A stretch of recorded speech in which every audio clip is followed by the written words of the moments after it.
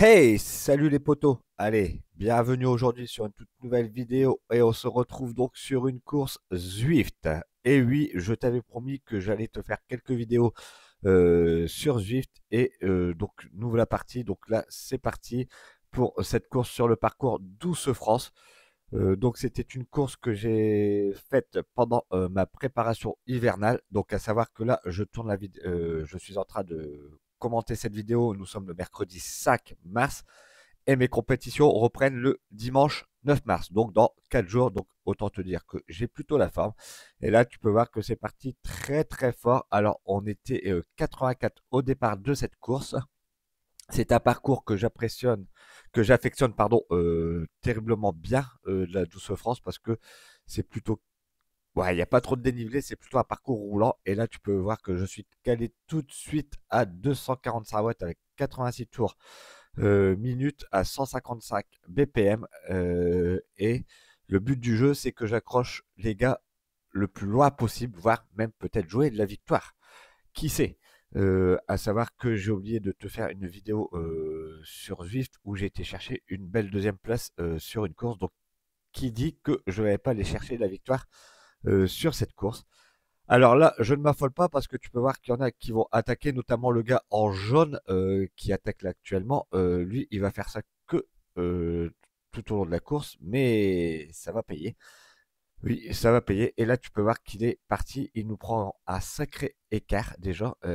Oui, et il a mis une très très belle attaque. Donc là, à l'avant du peloton, ça s'active. Donc moi, ce que je fais là, tu peux voir qu'on renvoie quand même du 340 watts. Je vais rester dans les roues pour bénéficier un maximum du drafting. Et justement, c'est les gars qui vont me ramener sans faire trop d'efforts. Tu peux voir quand même que mon cœur est monté à 165 pulses. Et on va. Alors, on reviendra pas sur le gars en jaune parce qu'on va revenir une fois dessus. Là, tu peux voir que le groupe est en train de casser dans tous les sens. Donc, moi, j'essaie d'accrocher un maximum, comment dire, le bon groupe. Et ensuite, on va, comment dire, revenir sur lui, mais il va repartir une deuxième fois. Et après, bah, malheureusement, on le reverra pas. Donc là, tu peux voir, on se retrouve en phase de descente. Donc en phase de descente, c'est plutôt pas mal parce que ça me permet de récupérer. Justement parce qu'on a fait un début de course où je suis déjà à 278 watts de moyenne, ce qui est énorme. Bon, oui, j'ai des petites déconnexions et voilà, tu vois, c'est revenu. Donc de ce fait-là, je me suis pas affolé parce que j'ai continué à pédaler et j'étais remis dans le groupe du milieu. La position va revenir à un certain moment. Mais voilà, le principal, c'est que ça ne m'a pas déconnecté de la course. Et comment dire, je peux continuer ça tranquillement. Allez, on se retrouve donc ici à 10 minutes de course et j'ai fait presque 7 km. Bon, c'est parti devant, ils sont deux devant, donc je peux jouer toujours le podium, la troisième position. J'ai pas su les accrocher. J'avais en début de course de bonnes sensations et bah, comment dirais-je, sur la fin, bah, pas sur la fin de course, mais au fur et à mesure de la course, bah, les sensations sont de plus en plus mauvaises. Oui, avec pas le surentraînement, mais les exercices que je me colle la semaine, bah, c'est normal que les jambes sont lourdes. De ce fait-là, je vais rester tranquille dans le groupe. Le but du jeu là, c'est de rester dans ce groupe-là et d'aller chercher la troisième place. Là, tu peux voir que ma moyenne de watts est descendue à 264 watts, ce qui reste quand même énorme. On a parcouru 7 km et demi. Bon, je ne m'affole pas. Je me suis dit peut-être que ça va revenir, mais ceux qui sont partis devant, ils sont très très forts. Ils ont attaqué deux trois fois avant de partir et franchement, les deux trois fois qu'ils ont attaqué, ils nous ont mis dans le mal, hein. Ils nous ont vraiment mis dans le mal. Mais bon, c'est pas grave.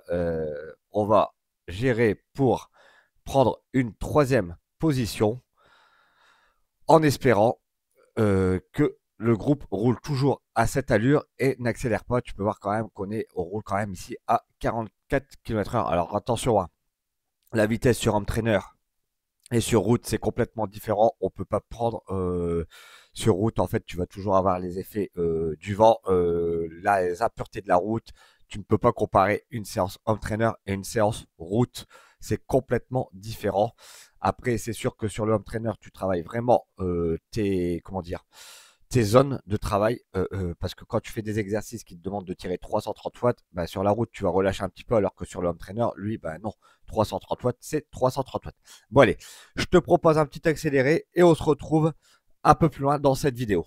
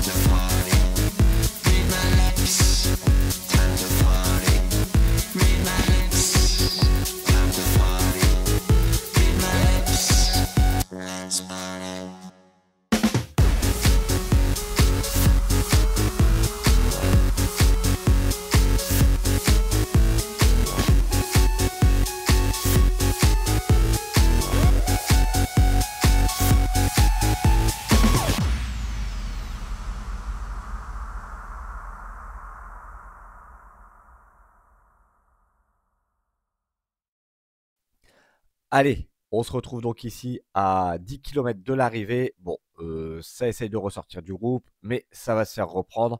Je me suis dit, ce groupe, il roule plutôt bien. Donc, je vais tout miser sur mon sprint. Je vais tout miser sur le sprint. Je vais plutôt réagir sur les coups qui vont partir pour ne pas laisser sortir quelqu'un et miser sur le sprint. Bon, les sensations, comme je te l'ai dit tout à l'heure, bah, au fur et à mesure de la course, et sont de moins en moins bonnes. Bon, ça, c'est pas grave. Ça me permet de me situer sur mon état de forme. Là, tu peux voir que les watts ont baissé, ce qui est logique. Au fur et à mesure de la course, les watts baissent, ce qui est logique.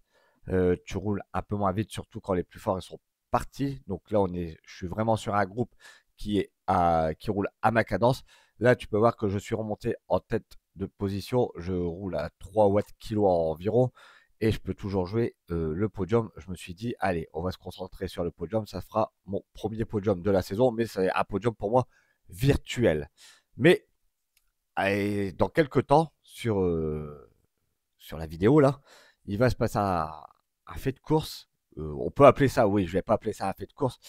J'ai mon home trainer qui va se déconnecter. Oui, j'ai le home trainer qui va se déconnecter. Donc là, tu peux voir que je redescends en bas de groupe et là, tu n'as plus rien qui s'affiche.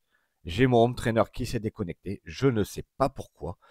Donc là, ça veut dire que échec de connexion. Voilà, là, le groupe s'en va alors que j'étais super bien. Franchement, je suis dégoûté. De ce fait-là, bah, je vais tout recoupler et je vais partir dans un contre-la-montre pour aller rechercher le groupe.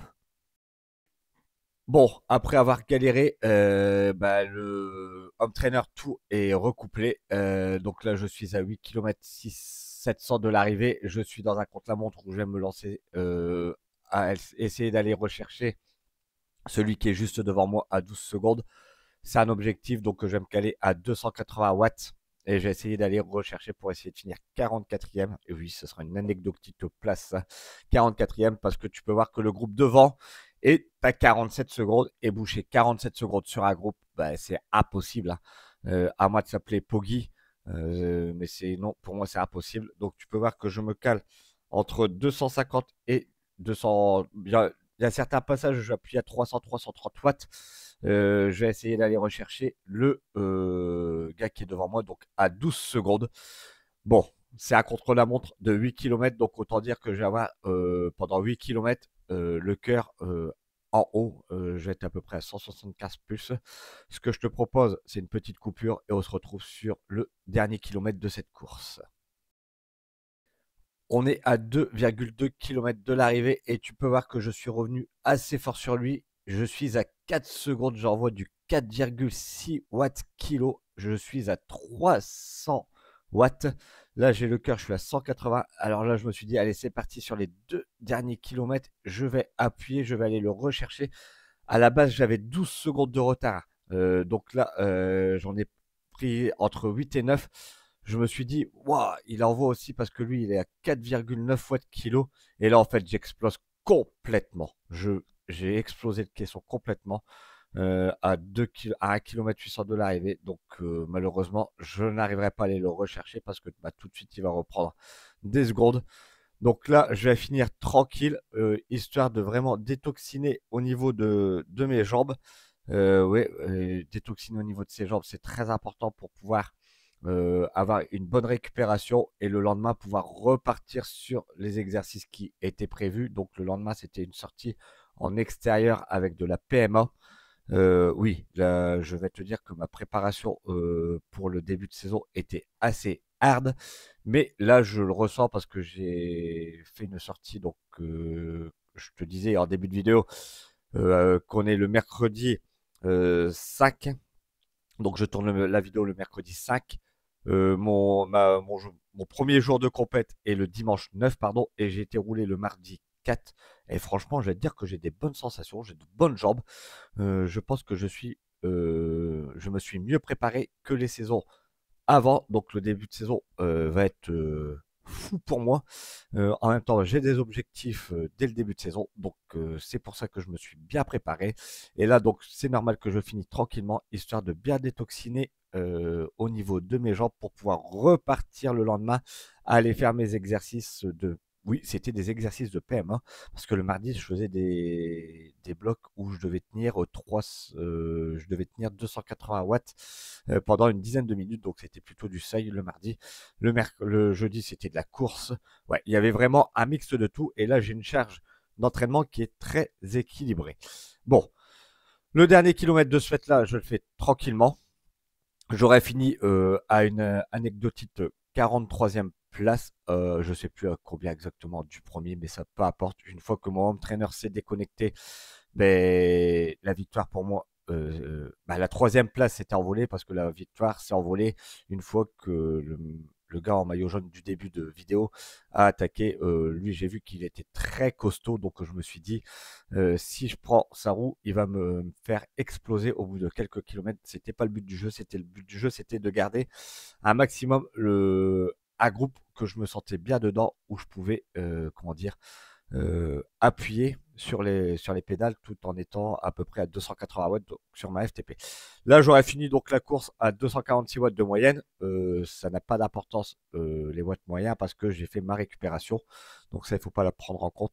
Et j'aurais fini à une anecdotique 43e place. Donc voilà.